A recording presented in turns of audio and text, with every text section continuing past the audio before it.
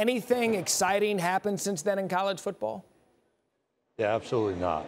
Absolutely not. You know, the beauty of college football is it's become 365-day conversation, and part of the excitement being here as we get to start and look ahead to the season. But, you know, the last few weeks have been interesting, to say the least, right? Yeah, and you mentioned that because, as you know, this time last year, you're in the middle of conference expansion and that storm with Texas and Oklahoma news breaking at SEC Media Day. This year it's Big Ten.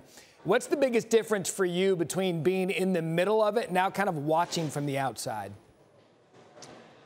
That distinction may be the exact difference. Is, you know, a year ago in the middle of the what ifs, we were actually waiting to see if we'd receive the formal outreach and then have to make an invitation decision. And this year that's happening around us. And I think the good reality for the Southeastern Conference is the decisions we made last year to expand to 16 are in some ways validated by the move of the Big Ten to move to that same 16 level. What is similar, though, is when we added, and now that we've had this other addition, my phone stays busy, and people, and I take it as a compliment, wanted to ask about, hey, what's your direction? Some schools asking about if there's ever a possibility. And for us, our conversation has been really focused on the onboarding of the University of Oklahoma and the University of Texas and being the best possible 16-team league that we can be in the future. And of course, that's set to take place in 2025. I want to go back to that for a minute because, as expected, when the Pac-12 loses a USC and a UCLA to the Big Ten, and now all the conversation starts about a Power 2, do you expect any more activity from your guys' perspective now that you are receiving phone calls and overtures from other schools?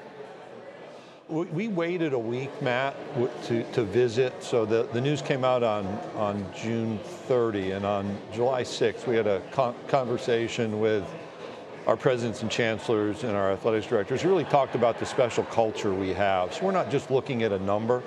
We're not looking to just match move for move. We want to be successful, just as we've been for the last few decades and over our history. And if we had opportunities in the future that were right and appropriate, I think we'd be prepared to act, but not just because there's this expectation, if you will, that a league expands. Yeah, you know, and Greg, a lot of fans, perhaps outside of your conference and your jurisdiction, are apprehensive about the sport right now because perhaps their school may be left out of these expansions or that their conference might crater or traditional rivalries might go away. How would you address the entirety of the sport and concerns that go with the growth that we're seeing right now? The changes in conferences are not new. These membership moves have taken place for decades. You can go back to the addition of Arkansas and South Carolina to the SEC in the early 90s through the additions of Texas A&M and Missouri. And now what we have coming planned for 2025.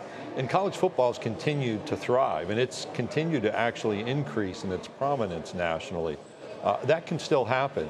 The movement actually, in my view, creates opportunities for new affiliations as conference membership opportunities are offered to universities and programs where maybe 20 years ago we never would have thought they'd have these high-level access points. And so I think the future can be bright.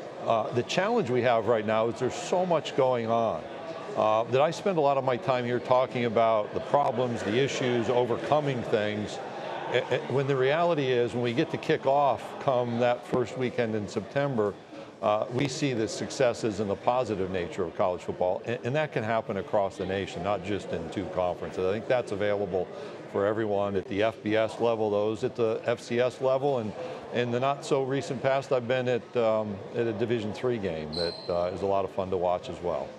I'm glad you brought that up because you're right. Here we are talking about NIL expansion, everything that goes on, the transfer portal. But in your estimation, how would you characterize the health of the sport?